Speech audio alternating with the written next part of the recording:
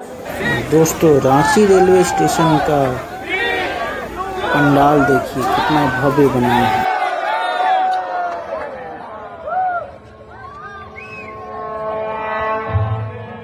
सर्व मानवाళికి రక్షకుడు, మనకు కొండంత అండగా నిలిచేవాడు, మనసులో తలచిన వెంటనే గుండెల నిండా ధైర్యాన్ని నింపగలిగే మహాయోధుడు, అభయహస్తంతో ఎల్లవేళలా మనల్ని కాపాడే ఆ పవనపుత్రుడి ఇప్పుడు మనసారా స్తుతించుకుంటూ శ్రీ పంచముఖ ఆంజనేయ స్వామిగా అవతారమెత్తిన కథ దృశ్య రూపంలో తిలకిద్దాం రండి.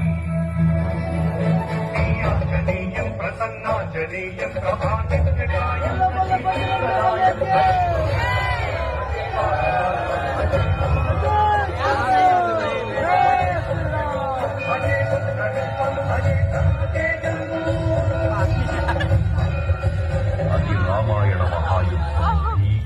శ్రీరామచంద్రుని సారథ్యం వానర సైన్యంతో విజృంభిస్తూ లక్ష్మణస్వామి తనతో పోరాటం చేస్తున్న రావణుడి కుమారుడు ఇంద్రజిత్ తలని బాణంతో ఒక్క వేటుతో వేరు చేశాడు. ఇంద్రజిత్ మరణ వార్త విన్న రావణుడు ఆవేశంతో ఊగిపోయాడు. ప్రతీకారం కోసం పాతాళ లోకాధిపతి తన సోదరుడు అయినటువంటి మహేష్